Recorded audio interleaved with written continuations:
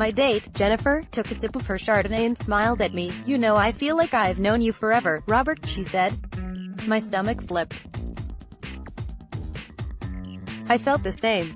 It was our first date, yet I was already certain Jennifer was my soulmate. I was 50 and a single dad. I worked long hours in construction. I had my son Deakon, 8, at weekends, so there'd been precious little time for dating. After years of being single, I finally bit the bullet and joined an online dating site. Jennifer, 49, had looked beautiful in her photo, slim and elegant with long blonde hair framing a pretty face. During our drinks, I realized I'd never been so powerfully and instantly attracted to someone. I moved into her home a week later. Jennifer worked for a firm called the Muesli Company. "I started on the factory floor when I was 17 and just worked my way up," she shrugged modestly. She worked long hours. Before now, there'd rarely been time for relationships. The job was everything to her. And the company's founder, Peter Padless, 75, expected a lot from her. She even had to pick him up and drive him to work in the mornings. Not long after I moved in, she mentioned Peter had a key to her home, which seemed odd, just in case a tradie needs to get in and I can't get away from the factory, she explained. "Actually, he's let himself in a few times when I've been here. That's a bit freaky," I said. Jennifer laughed. "He's 75 and pretty harmless," she shrugged. "Anyway, I've told him we're living together so not to walk in anymore." It sounded to me like Peter felt like he owned her.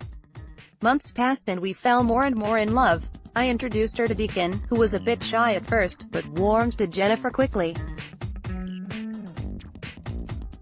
The two of them soon became inseparable and loved playing games together. When Jennifer looked after Deakon one day, I texted for regular updates, and when I called that afternoon, she brushed me off to continue playing hide and seek. "Now I have 2 kids," I laughed. "Life was great for the 3 of us. You know we'll end up getting married, don't you?" I said to her as we sat on the couch one day. "Yeah, but you've got to ask me properly," she teased. Soon afterwards, we were at a German beer cellar when I took her hand. "Remember when we talked about getting married?" I said. Jennifer nodded. "Well, now I'm asking you," I grinned. We decided to tie the knot in a year's time. Early one morning, a few days later, Jennifer slipped a jacket over her pajamas and drove me to meet a workmate. "Love you," she said, as we kissed goodbye. I texted and called her a few times during the day, but she didn't respond. When I got home at 4:30 p.m., her car was parked outside. I frowned. Normally she didn't get in from work until 7 p.m. Security door was unlocked and the house was silent. I felt uneasy because the door was never unlocked. Jennifer always had the TV on or had music playing. "I'm home, sweetie," I called out. No reply. Stepping into the kitchen, I recoiled in shock. Jennifer was on her back on the floor, still in the pajamas she'd worn that morning. Her cheek was splashed with blood. "Jennifer," I gasped, kneeling by her side. Shaking, I called 000. "Something's wrong," I stammered. The ambos were there really quickly, but there was nothing they could do. I was numb with shock. Who want to hurt my Jen? The police arrived soon after, followed by Peter, who had been driven there by his son. That's when it hit me. Peter had a key. He must have let himself in and killed Jennifer. "That's the guy who did it," I choked to a detective, gesturing to Peter sitting outside in the car. An officer went over to speak to him. I was taken to the police station for a formal interview. Next morning, Peter was charged with murder.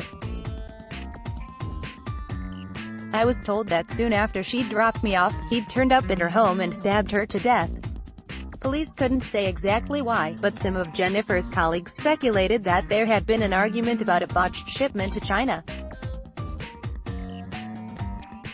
Peter wanted to sock the people responsible, and Jennifer refused. Another workmate said Peter had put pressure on Jennifer to dump me. He'd been overheard sneering, "Are you still with him? Get rid of him." Why our relationship was any of his business was a mystery to me. For weeks I was in a daze. 7 weeks to the day of her death, I collapsed with pains in my chest. I'd had a heart attack. You're in great shape. Is there anything in your life that's causing you stress? The doctor asked. Of course there was. I'd lost the love of my life. In court, Peter pleaded guilty to murder. There was overwhelming DNA evidence that he cleaned up the scene afterwards. It was a relief that we wouldn't have to go through a long, stressful trial.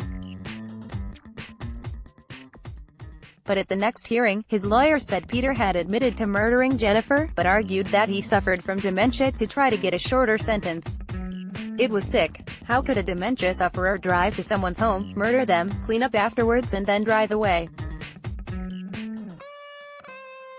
Peter Pavlis has yet to be sentenced, but he'll probably die in prison, given his age. Looking back, it's obvious he was secretly infatuated with Jennifer. He thought he owned her, and I'm convinced he had a warped fantasy they'd be together one day.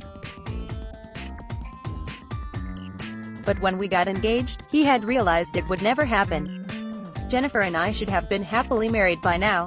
Instead, the twisted rage of a selfish old man meant that my beautiful Jennifer was taken away forever.